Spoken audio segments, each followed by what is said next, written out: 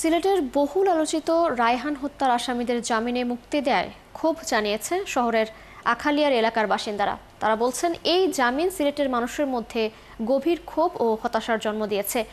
এতে সামাজিক যোগাযোগ মাধ্যমে যেমন ক্ষুব্ধ প্রতিক্রিয়া দেখা যাচ্ছে, তেমনি বিভিন্ন মহল থেকে প্রশ্ন উঠেছে, এই ধরনের স্পর্শকাতর মামলায় জামিন কিভাবে সম্ভব। মহিদিদারের তথ্য ও তারেক রহমত সানির প্রতিবেদনে।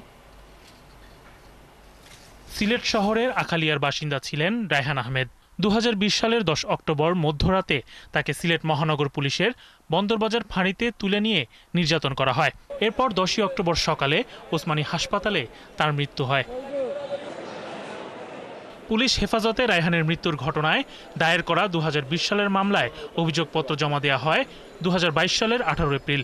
সে সময় পুলিশ পরিদর্শক আকবর হোসেন ভূঁইয়া সহ মোট 6 জনকে অভিযুক্ত করা হয়। কিন্তু সম্প্রতি অভিযুক্ত 6 জনের মধ্যে 5 জন আসামি জামিন পেয়েছেন, আর এতে ফুঁসে উঠেছে সিলেটের মানুষ। আসামি জামিনে মুক্তি পাওয়াটা আসলে অনাকাঙ্ক্ষিত, যেটা খুবই দুঃখের বিষয়। এটাতে আইন এবং বিচার বিভাগের প্রতি আমাদের আস্থা কিন্তু হারিয়ে যাবে।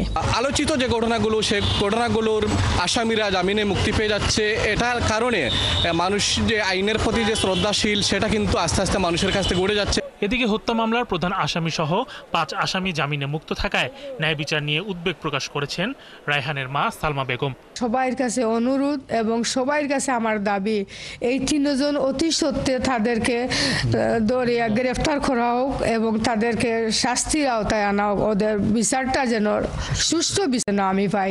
জামিনের আদেশে ক্ষুব্ধ রায়হানের আইনজীবীও।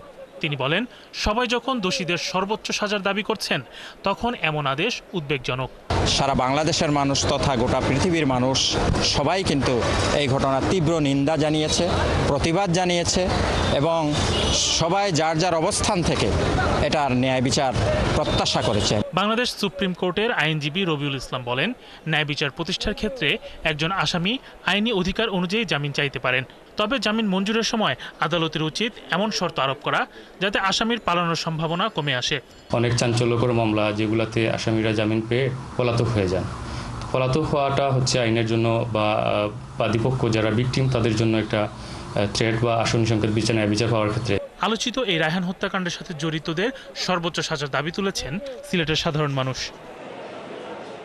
শরীফ আজাদ প্রীতম, ৭১।